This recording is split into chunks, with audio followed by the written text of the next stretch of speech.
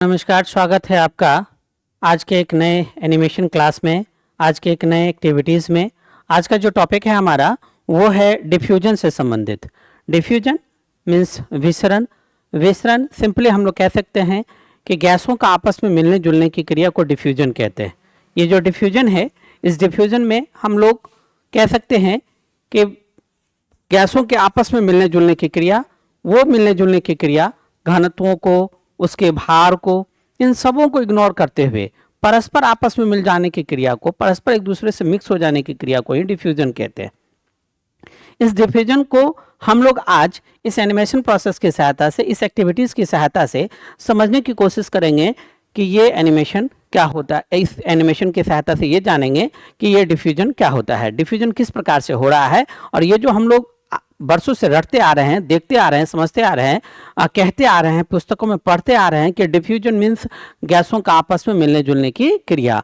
Mixes of different type of gases is called diffusion. हम लोग जो ये बोलते आ रहे हैं, इन सारे प्रोसेस को एनिमेशन की सहायता से समझने की, जानने की कोशिश करेंगे कि ये डिफ्यूजन होता कैसे है, ये मिक्सिंग जो हो जाता है गैस का, ये गैस का मिक्सिंग होता किस प्रकार से है, इनके बारे में आज इस एनिमेशन की सहायता से हम लोग जानने की कोशिश करेंगे। जैसा कि आप देख पा रहे हैं, ये जो हमारा टेबल है, इस टेबल में आप देख पा रहे हैं कि हमारे पास ये दो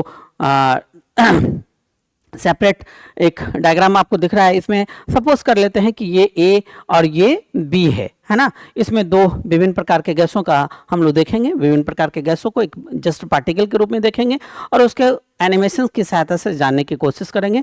तो हम मान लेते हैं कि यह दो डिफरेंट पात्र के रूप में है ना।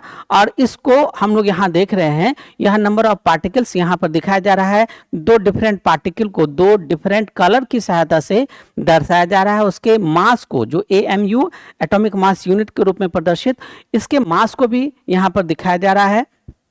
इसका जो रेडियस है, यह रेडियस भी परिवर्तित होकर इनिशियल टेम्परेचर जो इसका केल्विन में लिया जाता है उसको भी, और फिर उसके बाद क्या प्रभाव पड़ेगा सेंटर ऑफ मास के आधार पर, पार्टिकल फ्लो रेट के आधार पर, स्केल के आधार पर, स्टॉप वॉच के आधार पर, इसके दोनों फॉर्म को हम लोग देखेंगे, नॉर्मल और स्लो फॉर्म में भी देखेंगे, है ना।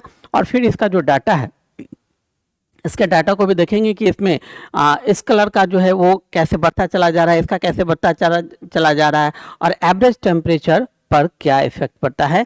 तो आइए हम लोग जैसा डिफ्यूजन को इस एनिमेशन प्रोसेस की सहायता से जानने की, समझने की कोशिश करें, इस एक्टिविटीज़ की सहायता से जानने की कोशिश करें। सबसे पहले हम लोग क्या करते हैं, थोड़ा सा गैस पहले देते हैं, देखते हैं कि इसमें, जैसे सपोज कीजिए इसमें हम लोग ले रहे हैं, यहाँ 0 है, अब इसकी संख्या 10 से स्टार्ट कर रहे हैं। तो यहाँ पर देखिए, इस एनिमेशन की सहायता से आप देख पा रहे हैं कि यहाँ पर जैसे ही इसमें हम किए तो 10 की संख्या में ये मान लेते हैं कि इस कलर का जो गैस है, उसके जो इस कलर का जो गैसों के पार्टिकल हैं वो फ्लो करना स्टार्ट कर दिया। यहाँ चलिए 10, 20, 30, 40 होता जा रहा है ना। और अब हम क्या कर रहे हैं, इसमें इस बॉक्स में दूसरा गैस ले लेते हैं। यहाँ देखिए 10, 20, 30, 40 हम लोग संख्या बराबर कर लिए हैं, है ना। चलिए डिफरेंट संख्या कर लेते हैं, ऐसा करते हैं, इसको घटा लेते हैं।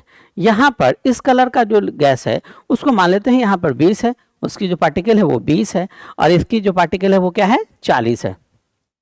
यहाँ पर हम देख रहे हैं कि दोनों का संख्या अलग है, एक तो 40 और एक 20 है। यहाँ पर 40 की संख्या में, ये 20 की संख्या में। और अब देखते हैं दोनों आपस में कैसे मिल रहा है। देखिए जैसे ही हम लोग करते हैं, यहाँ जो बीच में एक पार्टीशन थी वो पार्टीशन हटा, और पार्टीशन के हटने के साथ ही दोनों के मिक्सिंग होने की प्रक्रिया स्टार्ट हो गई। यहाँ डिफरेंट कलर इसलिए दिखाया गया ताकि आप आसानी से समझ सकें कि डिफ्यूजन किस तरह से हो रहा है, मिलने की क्रिया इसमें जो विस्तृत हो रहा है उस कैसे हो रहा है, और इसके कारण डाटा में क्या परिवर्तन हो रहा है। यहाँ देखिए दिखाया जा रहा है कि इस ओर अब कितना बचा और इस ओर अब कितना बचा। यहाँ पर कितना ये रेड वाले आ रहे हैं, यहाँ पर कितना ये इस कलर वाले आ रहे हैं, और इसके कारण इसके एवरेज टेम्परेचर में क्या परिवर्तन हो रहा है ना। तो यहाँ पर आप इस तरह के प्रोसेस को आप देख पा रहे हैं।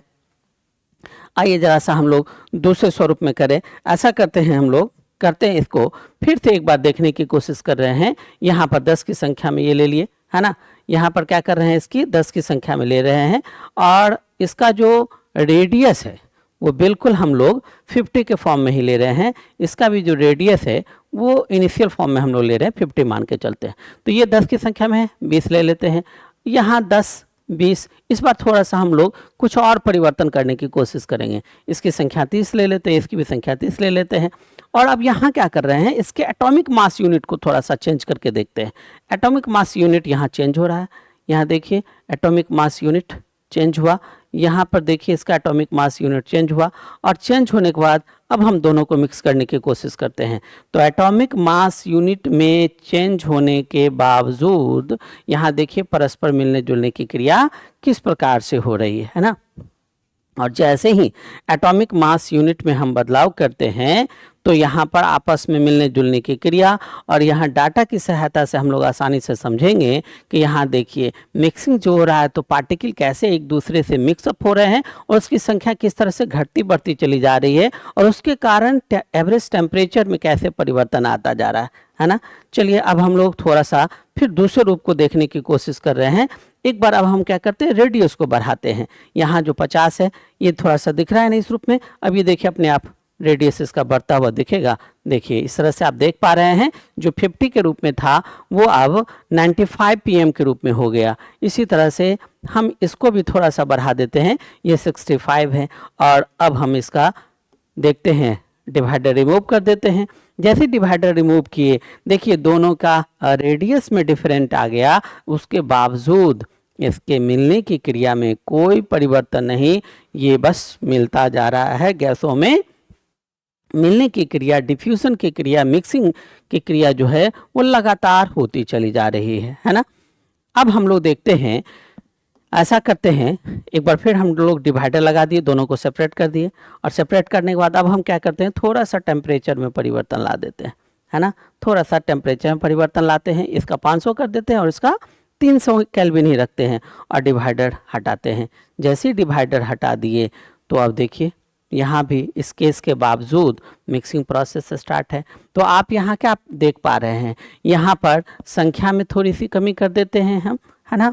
यहाँ पर अगर संख्या में कमी कर दें, इसकी संख्या 10 कर देते हैं, इसमें जो इसका मास है उसकी डिफरेंट कर देते हैं। यहाँ तो रेडियस डिफरेंट है ही, टेम्परेचर डिफरेंट है ही, और अब हम लोग डिवाइडर को हटाते हैं। जैसे डिवाइडर को हटाते हैं तो इतने ज़्यादा चेंजिंग के बावजूद नंबर ऑफ पार्टिकल्स चेंज है, मास जो एम में लिया गया वो चेंज है, रेडियस चेंज है, इनिशियल टेम्परेचर जो लिया गया वो चेंज है। उसके बावजूद जो मिक्सिंग प्रोसेस है वो लगातार हमारा होता चला जा रहा है ना। ये जो मिलने की क्रिया है वो लगातार हमारा होता चला जा रहा है, और उसके कारण जो एवरेज टेम्परेचर में परिवर्तन है वो भी हमें देखने को यहाँ पर मिल रहा है ना। और किस तरह से पार्टिकल जो प्रवेश कर रहे हैं, तो किस तरह से हमारे लेफ्ट और राइट साइड में ये जो दोनों हैं इनमें कैसे मिक्सअप होती चली जा रही है, उसकी पार्टिकल की संख्या भी यहाँ पर दर्शाया जा रहा है। उसकी पार्टिकल की संख्या यहाँ दिखाया जा रहा है कि कितना इधर जा रहा है और कितना इधर आ रहा है, ये मिलने की क्रिया। और इसके कारण आप यहाँ देख पा रहे हैं कि सेंटर ऑफ मास में क्या परिवर्तन हो रहा है ना। सेंटर ऑफ जो मास है उसमें क्या परिवर्तन हो रहा है, देखिए इस प्रोसेस की सहायता से आप उसके सेंटर ऑफ मास को देख पा रहे हैं।